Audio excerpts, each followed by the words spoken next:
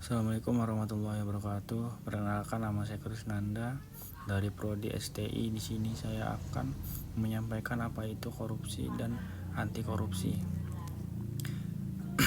Istilah korupsi tidak asing lagi di telinga masyarakat Indonesia. Dibaca di media cetak, ditonton di televisi, atau didengar di radio, istilah korupsi seakan tak lepas dari kehidupan kita. Tentu bukan hal yang patut dibanggakan. Tapi apakah kita betul-betul paham pengertian korupsi dan pengertian anti korupsi? Karena bukan cuman menilep uang negara, ada hal-hal yang masuk dalam kategori korupsi. Pengertian korupsi. Kata korupsi berasal dari bahasa Latin corruption atau corruptus. Corruption memiliki arti beragam, yakni tindakan merusak atau menghancurkan.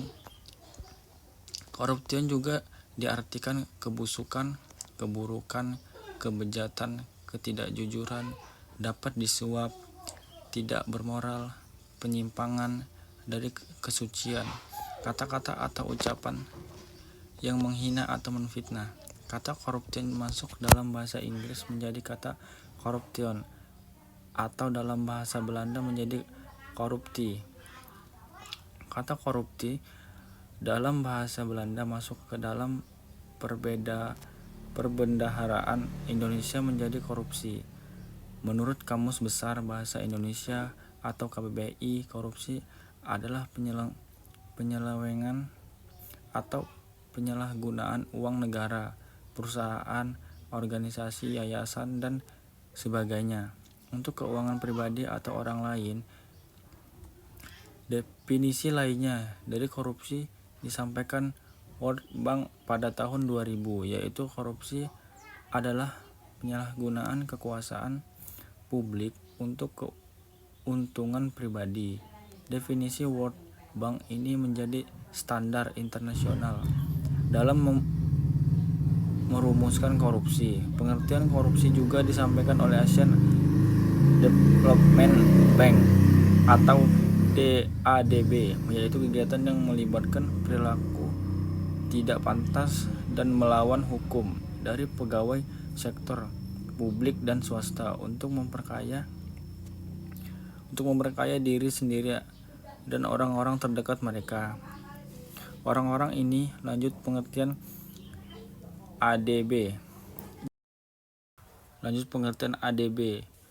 juga membujuk orang-orang lain untuk melakukan hal-hal tersebut dengan menyalahgunakan jabatan lembaga Transparansi Internasional yang setiap tahunnya merilis indeks persepsi korupsi atau IPK, mendefinisikan korupsi sebagai perbuatan tidak pantas dan melanggar hukum oleh pejabat publik, baik politisi atau pegawai negeri, demi memperkaya diri sendiri atau orang-orang terdekat dengan menyalahgunakan wewenang yang dipercaya oleh publik.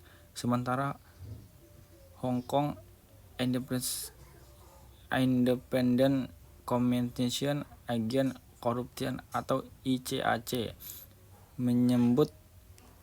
menyebutkan bahwa korupsi adalah penyalahgunaan kekuasaan dan wewenang oleh pejabat publik dengan melakukan pelanggaran hukum terkait tugas mereka demi mencari keuntungan untuk diri dan pihak ketiga dalam pasal 8 UN Convention Against Transportation Organized Crime and the Protocol Thereto yang digagas kantor PBB urusan narkoba dan kejahatan United Nations Office on Drug and Crime atau UNODC. Korupsi memiliki dua definisi.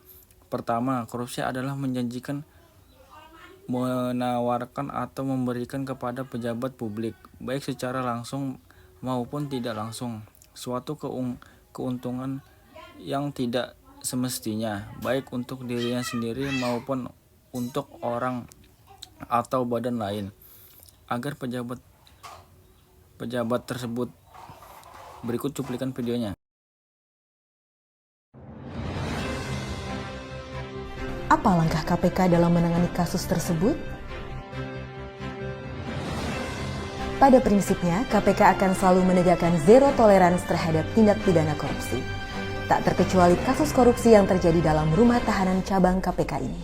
Dalam perkara ini, KPK melakukan 3 proses penanganan yang berjalan secara paralel, yaitu penegakan kode etik, pelanggaran disiplin, dan penegakan hukum. Hal ini dilakukan karena perkara tersebut memenuhi unsur pelanggaran etik, disiplin, dan juga masuk dalam ranah pidana. Pertama, penegakan kode etik oleh Dewan Pengawas KPK pada 14 Februari dan 27 Maret 2024. Dewan Pengawas KPK menjatuhkan sanksi kepada 81 pelaku pemerasan berupa permintaan maaf secara langsung dan terbuka kepada internal KPK. Kedua, penegakan pelanggaran disiplin oleh Inspektorat KPK dan segenap unsur terkait saat ini sudah selesai melakukan pemeriksaan kepada seluruh pihak terduga pelaku yang dimintai keterangan dan saat ini dalam proses tindak lanjut penetapan hasil keputusan. Ketiga, penegakan hukum oleh Kedeputian Penindakan KPK pada 15 Maret 2024. KPK menetapkan dan menahan 15 orang sebagai tersangka korupsi berupa pemerasan kepada tahanan di 3 rutan cabang KPK, yaitu Pomdam Jaya Guntur, Gedung Merah Putih, dan Gedung ACLC dengan dugaan telah menerima uang sejumlah 6,3 miliar rupiah. Penanganan kasus pemerasan di rutan KPK masih berproses dan dilakukan penelusuran lebih mendalam hingga sampai saat ini untuk mengungkap modus korupsi yang terjadi. Sehingga dari kasus ini dapat dijadikan bahan evaluasi dan perbaikan agar kejadian seperti ini tidak terulang kembali.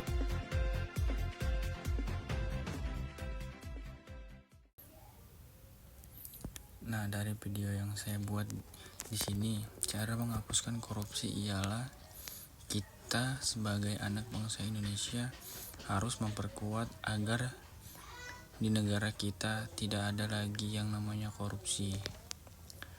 Dengan menegakkan hukum yang layak bagi korupsi-korupsi yang ada di Indonesia. Berikut dari video saya akhiri. Assalamualaikum warahmatullahi wabarakatuh.